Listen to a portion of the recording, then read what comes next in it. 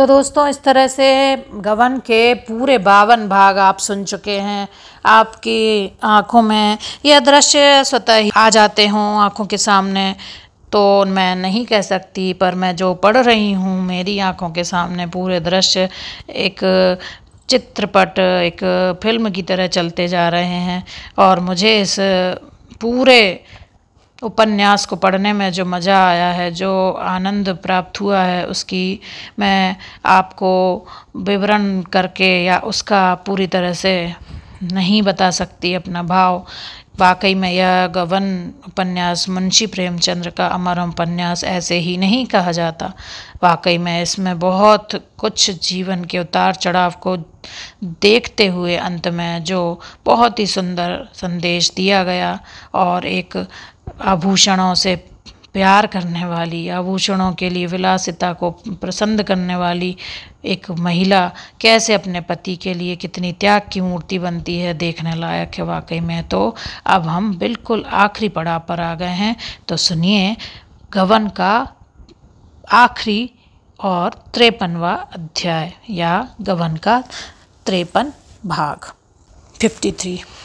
चौन की शीतल सुहावनी स्फूर्तिमयी संध्या, गंगा का तट, टेसुओं से लहलहाता हुआ ढाक का मैदान, बरगद का छायादार वृक्ष, उसके नीचे बंधी हुई गायें भैंसें, कद्दू और लौकी की बेलों से लहराती हुई झोपड़ियाँ, ना कहीं गर्द न गुबार, न शोर न गुल। सुख और शांति के लिए क्या इससे भी अच्छी जगह हो सकती है।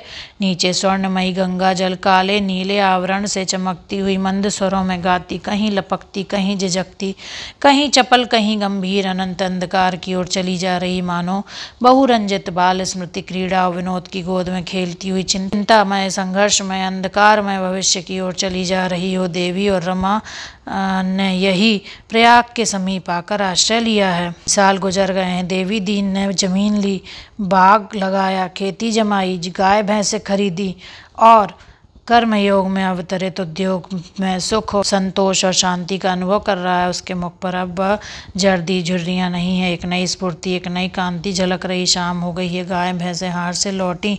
जग्गू ने उन्हें खूंटे से बांधा और थोड़ा थोड़ा भूसा लाकर उनके सामने डाल दिया। इतने में देवी और गोपी भी बैलगाड़ी पर ठांठे लादे हुए आ पहुँचे। दयानाथ ने बरगद के नीचे जमीन साफ कर रखी है, वहीं ठांटें उतारी गईं। यही इस छोटी सी बस्ती का खलिहान है। दयानाथ नौकरी से बर्खास्त हो गए थे और अब देवी के असिस्टेंट हैं।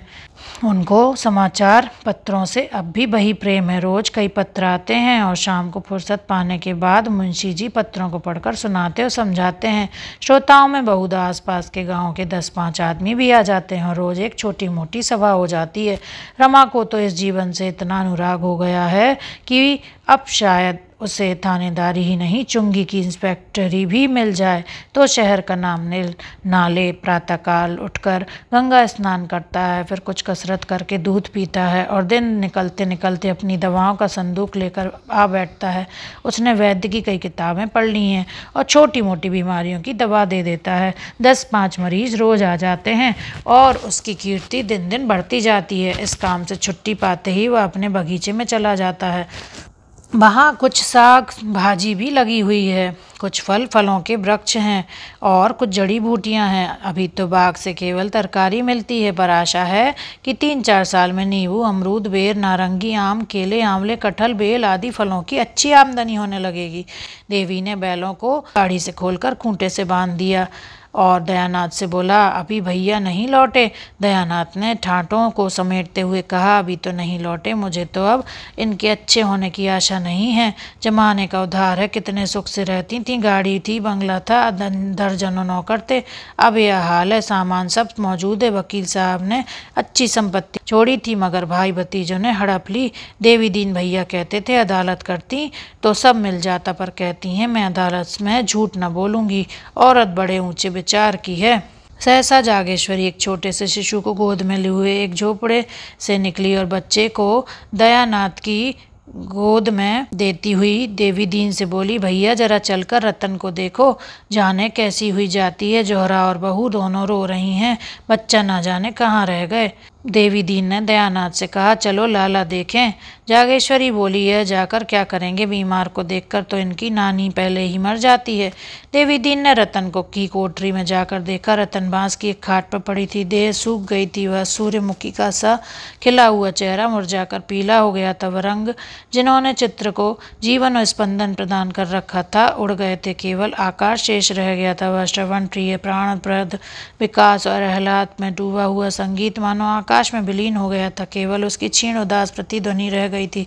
जोहरा उसके ऊपर झुकी उसे करुण विवश कातर निराश और तथा तृष्णामय नजरों से देख रही थी। आज साल भर से उसने रतन की सेवा शुश्रूषा में दिन को दिन और रात को रात न समझा था। रतन ने उसके साथ जो स्नेह किया था, उस अविश्वास और बहिष्कार के वातावरण में जिस खुले निसंकोच भाव से उसके साथ वह नापा निभाया था, उसका एहसान वह और किस तरह मानती। जो सहानुभूति उसे जालपा से भी ना थी, वह रतन ने प्रदान की।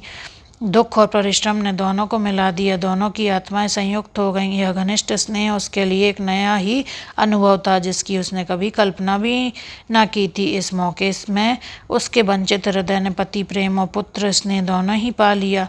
देवी दीन ने रतन के चेहरे की ओर सच्चित नजरों से देखा, तब उसकी नाड़ी हाथ में लेकर पूछा, कितनी देर से नहीं बोली। जालपा ने आंखें पोंछ कर कहा, अभी तो बोलती थी, एकाएक आंखें ऊपर चढ़ गईं और बेहोश हो गई। वैद्य जी को लेकर अभी तक नहीं आए। देवी दीन ने कहा, इनकी दवा वैद्य के पास नहीं है। कहकर उसने थोड़ी सी राख ली, रतन के सिर पर हाथ फेरा, कुछ मुंह में बुदबुदाया और एक चुटकी राख उसके माथे पर लगा दी। तब पुकारा, रतन बेटी आंखें खोलो। रतन ने आंखें खोल दी और इधर उधर सक पकाई आंखों से देखकर बोली, मेरी मोटर आई थी ना, कहाँ गया वह आदमी, उससे कह दो थोड़ी देर के बाद लाए। जोहरा, आज मैं तुम्हें अपने बगीचे की सैर कराऊंगी, हम दोनों झूले पर बैठेंगी। जोहरा फिर रोने लगी। जालपा भी आंसुओं के बेग को न रोक सकी। रतन एक क्षण तक छत की ओर देखती रही, फिर एकाएक जैसे उसकी स्मृति जाग उठी हो, वह लज्जित होकर एक उदास मुस्कुराहट के साथ बोली, मैं सपना देख रही थी दादा। लोहित आकाश पर कालीमा का पर्दा पड़ गया था। उसी वक्त रतन के जीवन पर मृत्यु ने पर्दा डाल दिया। रमानाथ वैद्य जी को लेकर पहर रात को लौटे तो यह मौत का सन्नाटा छाया हुआ था। रतन की मृत्यु का शोक वह शोक न था जिसमें आदमी हाय हाय करता है, बल्कि वह शोक था जिसमें हम मूक रुदन करते हैं, जिसकी याद कभी नहीं भूलती, जिसका बोझ कभी दिल से नहीं उतरता। रतन के बाद जोहरा अकेली हो गई। दोनों साथ सोती थी, साथ बैठती थी, साथ काम करती। अकेले जोहरा का जी किसी काम में न लगता। कभी नदी तट पर जाकर रतन को याद करती और रोती, कभी उन आम के पौधों के पास जाकर घंटों खड़ी रहती जिसे उन दोनों ने लगाया था। मानो उसका सुहाग लुट गया हो। जालपा को बच्चे के पालन और भोजन बनाने से इतना अवकाश न मिलता था कि उसके साथ बहुत उठती बैठती, और बैठती भी तो रतन की चर्चा होने लगती और दोनों रोने लगती। भादों का महीना था, पृथ्वी और जल रण छिड़ा हुआ था। जल की सेनाएं वायुयान पर चढ़कर आकाश से जल शरों की वर्षा कर रही थी। उसकी थल सेनाओं ने पृथ्वी पर उत्पात मचा रखा था। गंगा गांव और कस्बों को निगल रही थी। गांव के गांव बहते चले जाते थे। जोहरा नदी के तट पर बाढ़ का तमाशा देखने लगी। वह कृष्णांगी गंगा इतनी विशाल हो सकती है, इसका वह अनुमान भी न कर सकती थी। लहरें उन्मभा होकर गरजती, मुंह से फन निकालती, हाथों उछल रही थीं, चतुर डकैतों की तरह पैंतरे बदल रही थीं। कभी एक कदम आती, फिर पीछे लौट पड़ती और चक्कर खाकर फिर आगे को लपकती। कहीं कोई झोपड़ा डगमगाता तेजी से बहा जा रहा था, मानो कोई शराबी दौड़ा जाता हो। कहीं कोई वृक्ष डाल पत्तों समेत डूबता तरता किसी पाषाण युग के जंतु की भांति तैरता चला जाता था। गाय और भैंसें, खाट और तख्ते मानो तिलस्मी चित्रों की भांति आंखों के सामने से निकल जाते थे। सहसा एक किश्ती नजर आई, उस पर कई स्त्री पुरुष बैठे थे। बैठे क्या थे, चिमटे हुए थे। किश्ती कभी ऊपर जाती, कभी नीचे जाती, बस यही मालूम होता था कि अब उल्टी, पर बाहर साहस सब अब भी गंगा माता की जय पुकारते जाते थे। स्त्रियां अब भी गंगा के यश के गीत गाती थी। जीवन और मृत्यु का ऐसा संघर्ष किसने देखा होगा। दोनों तरफ के आदमी किनारे पर एक तनाव की दशा में हृदय को दबाए खड़े थे। जब किश्ती करवट लेती तो लोगों के दिल उछल उछल कर होठों तक आ जाते। रस्सियां फेंकने की कोशिश की जाती, पर रस्सी बीच ही में फिर पड़ती थी। एकाएक एक बार किश्ती उलट ही गई। सभी प्राणी लहरों में समा गए। एक क्षण कई स्त्री पुरुष डूबते उतरते दिखाई दिए, फिर निगाहों से ओझल हो गए। केवल एक उजली सी चीज किनारे की ओर चली आ रही थी। वह एक रेले में तट से कोई 20 गज तक आ गई। का समीप से मालूम हुआ स्त्री है। जौहरा, जालपा और रमा तीनों खड़े थे। स्त्री की गोद में एक बच्चा भी नजर आता था। दोनों को निकाल लाने के लिए तीनों बेकल उठे, पर 20 गज तक तैर कर उस तरफ जाना आसान न था। फिर रमा तैरने में बहुत कुशल न था। कहीं लहरों के जोर से पांव उखड़ जाएं तो फिर बंगाल की खाड़ी के सिवा और कहीं ठिकाना न लगे। जौहरा ने कहा, मैं जाती हूँ। रमा ने लजाते हुए कहा, जाने को तो मैं तैयार हूँ, लेकिन वहां तक पहुंच भी सकूंगा इसमें संदेह है। कितना तोड़ है। जौहरा ने एक कदम पानी में रखकर कहा, नहीं, मैं अभी निकाल लाती हूँ। वह कमर तक पानी में चली गई। रमा ने सचंक होकर कहा, क्यों नाहक जान देने जाती हो? वहाँ शायद एक गड्ढा है। मैं तो जा ही रहा था। जौहरा ने हाथों से मना करते हुए कहा, नहीं नहीं, तुम्हें मेरी कसम, तुम ना आना। मैं अभी लिए आती हूँ, मुझे तैरना आता है। जालपा ने कहा, लाश होगी और क्या। रमानाथ, शायद अभी जान हो। जालपा, अच्छा, तो जौहरा तो तैर भी लेती है। जब ही हिम्मत हुई। रमा ने जौहरा की ओर चिंतित आंखों से देखते हुए कहा, हाँ, कुछ कुछ जानती तो हैं। ईश्वर करे लौट आएं। मुझे अपनी कायरता पर लज्जा आ रही है। जालपा ने बेहयाई से कहा, इसमें लज्जा की कौन सी बात है। मरी लाश के लिए जान को जोखिम में डालने से फायदा, जीती होती तो मैं खुद तुमसे कहती, जाकर निकाल लाओ। रमा ने आत्मधिक्कार के भाव से कहा, यहाँ से कौन जान सकता है जान है या नहीं। सचमुच बाल बच्चों वाला आदमी नामर्द हो जाता। मैं खड़ा रहा और जौहरा चली गई। सहसा एक जोर की लहर आई और लाश को फिर धारा में बहा ले गई। जौहरा लाश के पास पहुंच चुकी थी। उसे पकड़कर खींचना ही चाहती थी कि इस लहर ने उसे दूर कर दिया। जौहरा खुद उसके जोर में आ गई और प्रवाह की ओर कई हाथ बह गई।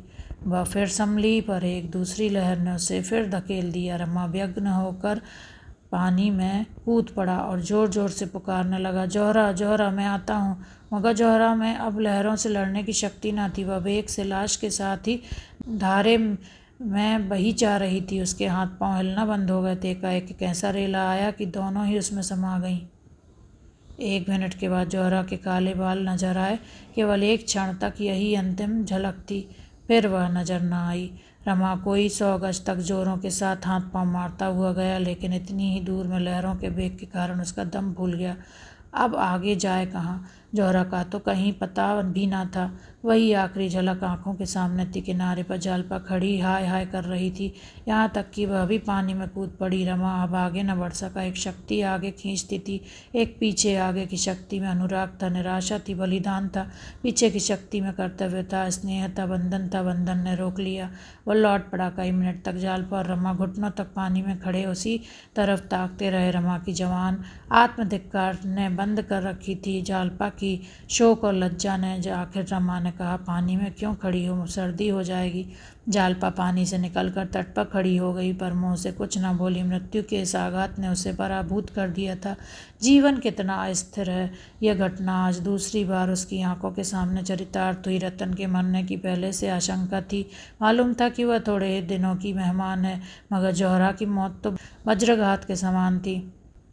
अभी आधा घड़ी पहले तीनों आदमी प्रसन्न चित्त जल क्रीड़ा देखने चले थे। किसे शंका थी कि मृत्यु की ऐसी भीषण पीड़ा उनको देखनी पड़ेगी। इन 4 सालों में जौहरा ने अपनी सेवा, आत्मत्याग और सरल स्वभाव से सभी को मुग्ध कर लिया था। उसने अतीत को मिटाने के लिए, अपने पिछले दागों को धो डालने के लिए उसके पास इसके सिवा और क्या उपाय था। उसकी सारी कामनाएं, सारी वासनाएं सेवा में लीन हो गई। कलकत्ता वह विलास और मनोरंजन की वस्तु थी। शायद कोई भला आदमी उसे अपने घर में न घुसने देता। यहाँ सभी उसके साथ घर के प्राणी का सा व्यवहार करते थे। दयानाथ और जागेश्वरी को यह कहकर शांत कर दिया गया था कि वह देवी दीन की विधवा बहू है। जौहरा ने कलकत्ता में जालपा से केवल उसके साथ रहने की भिक्षा मांगी थी। अपने जीवन से उसे घृणा हो गई थी। जालपा की विश्वासमय उदारता ने उसे आत्मशुद्धि के पथ पर डाल दिया। रतन का पवित्र निष्काम जीवन उसे प्रोत्साहित किया करता था। थोड़ी देर के बाद रमा भी पानी से निकला और शोक में डूबा हुआ घर की ओर चला। मगर अक्सर वह और जालपा नदी के किनारे आ बैठते और जहाँ जौहरा डूबी थी उसी तरफ घंटों देखा करते। कई दिनों तक उन्हें यह आशा बनी रही कि शायद जौहरा बच गई और किसी तरह से चली आए, लेकिन धीरे धीरे यह क्षीण आशा भी शोक के अंधकार में खो गई। मगर अभी तक जौहरा की सूरत उनकी आंखों के सामने गिरा करती है। उसके लगाए हुए पौधे, उसकी पाली हुई बिल्ली, उसके हाथों के सिले हुए कपड़े, उसका कमरा, यह सब उसकी स्मृति के चिन्ह उनके पास जाकर रमा की आंखों के सामने जोहरा की तस्वीर खड़ी हो जाती है। तो दोस्तों, इस तरह से गबन का पूरा आपने सार देखा। आज गबन ख़त्म हो गया। बहुत ही शिक्षाप्रद और दुख सुख सब कुछ लेते हुए, जीवन की शिक्षाओं को समेटते हुए मुंशी प्रेमचंद का यह अमर उपन्यास यहीं पर समाप्त होता है। अगर आपने शुरू से इस उपन्यास को सुना है तो शायद आप भी एक एक क्षण को महसूस किए होंगे और आपको भी हर दृश्य आँखों के सामने चलचित्र की तरह दिखा हुआ होगा। आशा करती हूँ मेरे सुनाने का तरीका और मुंशी प्रेमचंद की लेखनी आपको पसंद आई होगी। मिलते हैं एक नए उपन्यास के साथ, तब तक के लिए धन्यवाद, नमस्कार, जय हिंद, वंदे मातरम, भारत माता की जय, जय सिया राम।